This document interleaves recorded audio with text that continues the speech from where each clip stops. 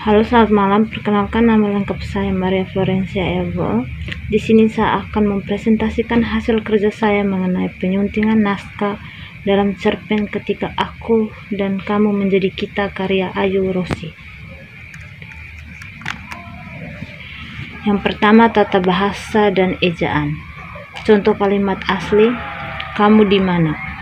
Perbaikan, kamu di mana? Penjelasan, penulisan di mana dipisah karena menunjukkan tempat atau tanda tanya.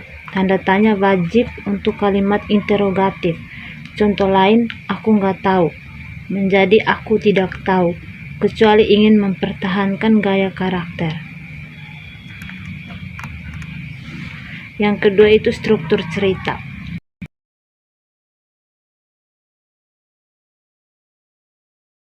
Cepat tanpa pengenalan karakter atau setting yang memadai. Yang kedua, resolusi atau rekonsiliasi, terasa terburu-buru. Perbaikan, tambahan paragraf pembukaan untuk menggambarkan setting sekolah atau kepribadian Kila. Misalnya, hari pertama di SMA Negeri 3, Kilan merasa seperti ikan di akuarium, diamati, dikomentari, tapi tak pernah benar-benar diterima. Yang kedua, perlambatan klimaks. Beri ruang bagi Kilan untuk merenungkan sikap teman-temannya sebelum dialog dengan Bu Ida. Yang ketiga itu pengembangan karakter. Masalahnya yaitu Joko, Lita, dan Bani terlalu datar. Perbaikan, berikan motivasi jelas. Joko bukan sekedar so benar, tapi merasa terancam karena Kilan lebih pandai. Lita takut dikucilkan teman lain jika berteman dengan Kilan.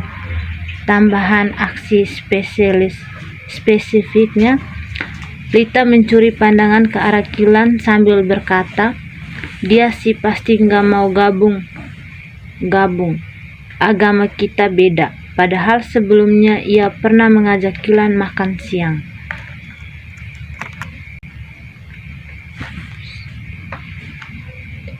Yang keempat itu pengembangan karakter.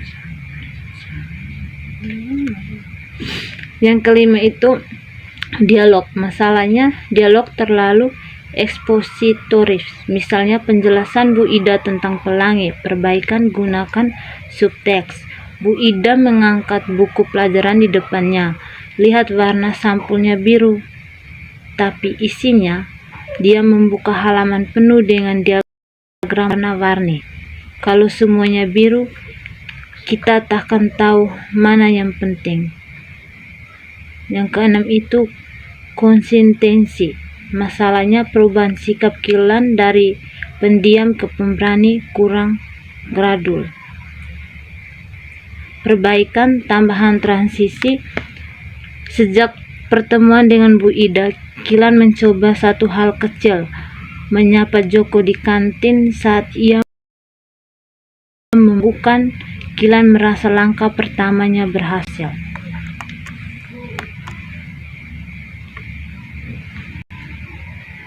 Yang ketujuh, tema dan pesan moral. Masalahnya pesan perbedaan itu indah, disampaikan terlalu eksplisit. Tom monolog Bu Ida. Perbaikan, tunjukkan bukan beritahu. Kilan memperhatikan teman-temannya di lapangan. Joko melepas sepatu untuk sholat. Lihat Lita berdoa sebelum makan sementara Bani tersenyum melihatnya. Untuk pertama kali perbedaan itu tak lagi terasa seperti tembok. Yang kedelapan, plot atau pengembangan cerita. Masalahnya adegan pengakuan teman-teman terasa dipaksakan.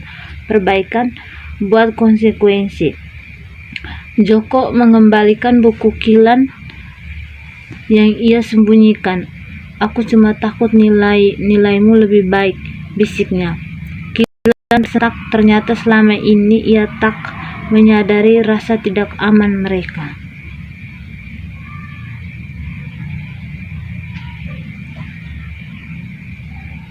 Yang kedelapan itu bahasa dan gaya penulisan.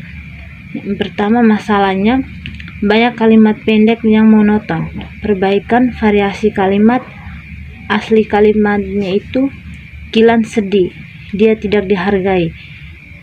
Yang kedua, edit. Kilan menatap kacau pantul di jendela wajahnya yang muram terpecah oleh garis-garis hujan. Aku memang berbeda, bisiknya. Berarti aku tak pantas dihargai. Contoh penyuntingan paragraf utuhnya itu, aslinya, kami pun akhirnya menjadi teman baik. Kami sering bertukar cerita tentang agama kami.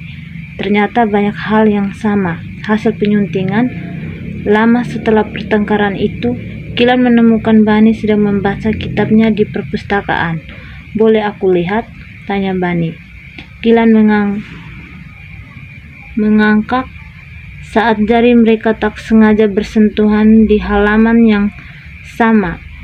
Kasihilah sesamamu. Kilan tersadar.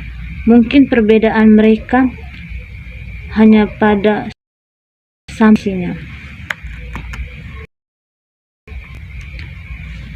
Sekian saja presentasi dari saya.